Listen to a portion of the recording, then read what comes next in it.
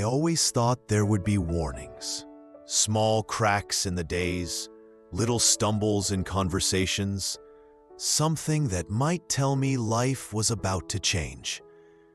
But when my wife, Eleanor, looked at me that morning with eyes I had known for over 50 years and asked, "Sir, who are you?" It didn't feel like a crack. It felt like an erasure.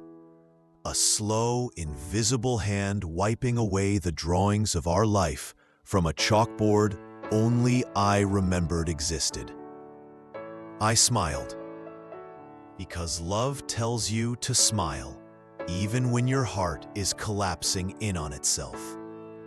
I told her my name, gently, softly, the way you soothe a frightened child. And she blinked, politely, as if hearing it for the first time. The woman who once finished my sentences didn't know mine anymore. That evening, after she had fallen asleep, clutching the blanket like a memory she didn't want to lose, I sat at the kitchen table where she used to correct my crossword puzzles. I opened a fresh page in the old notebook she bought me on our 40th anniversary. The front was still engraved, "To my favorite storyteller." I began writing her a letter, even though I knew she might never read it. But I needed to speak to her somewhere, even if that her only lived in ink now. The house smelled like chamomile tea and lemon cleanser, the scents she once moved through like music. I wrote not with hope that she would remember me, but because I needed to remember us, in a world where only one of us still could. "Dear Ellie," I began, pausing as if waiting for her laugh, the one she always gave when I called her Ellie, a nickname she pretended she didn't like.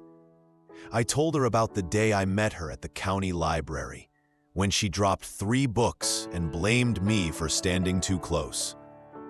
I wrote about the way she taught me how to waltz on the wooden floor of our first apartment, even though my feet betrayed me every time. I wrote about our wedding night, when she insisted we cut the cake before the guests left, because she was certain it wouldn't taste the same once the frosting softened.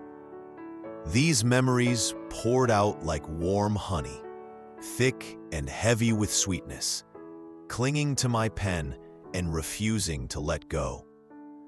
Every sentence felt like holding her hand again. But writing those memories wasn't the hard part. The hard part was writing about the present, about how I felt when she held my hand today with the same gentle touch, but with none of the recognition. I told her that loving someone who forgets you is like loving someone through fog. You can see the shape of them, but not the details. And yet, love doesn't disappear. It only adapts. I wrote that I would still help her brush her hair every morning. Even if she asked me why I was in her house, I would still cook her favorite soup, even though she might say she prefers something she never liked. I would still tuck her into bed each night, whether she thought I was her husband, a stranger, or a kind neighbor. Love, I told her, is not memory.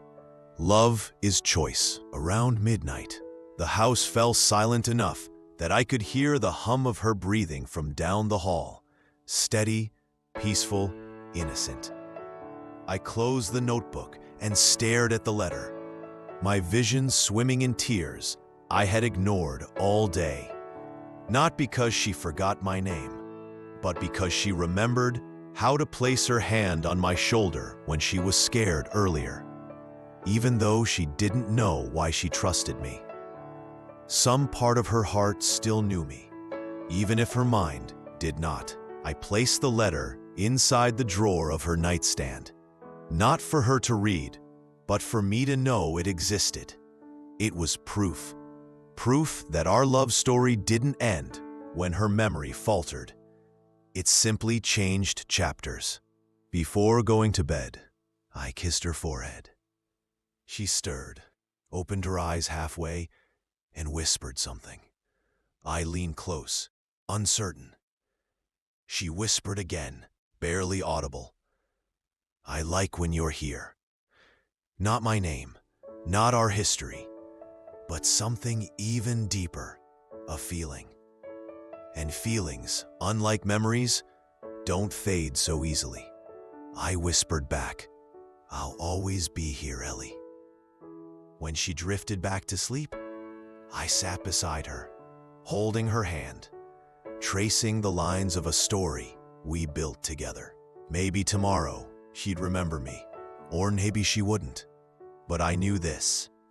Even if she forgot my name 1,000 more times, I would write her 1,000 more letters. Because love, real love, is remembering for two.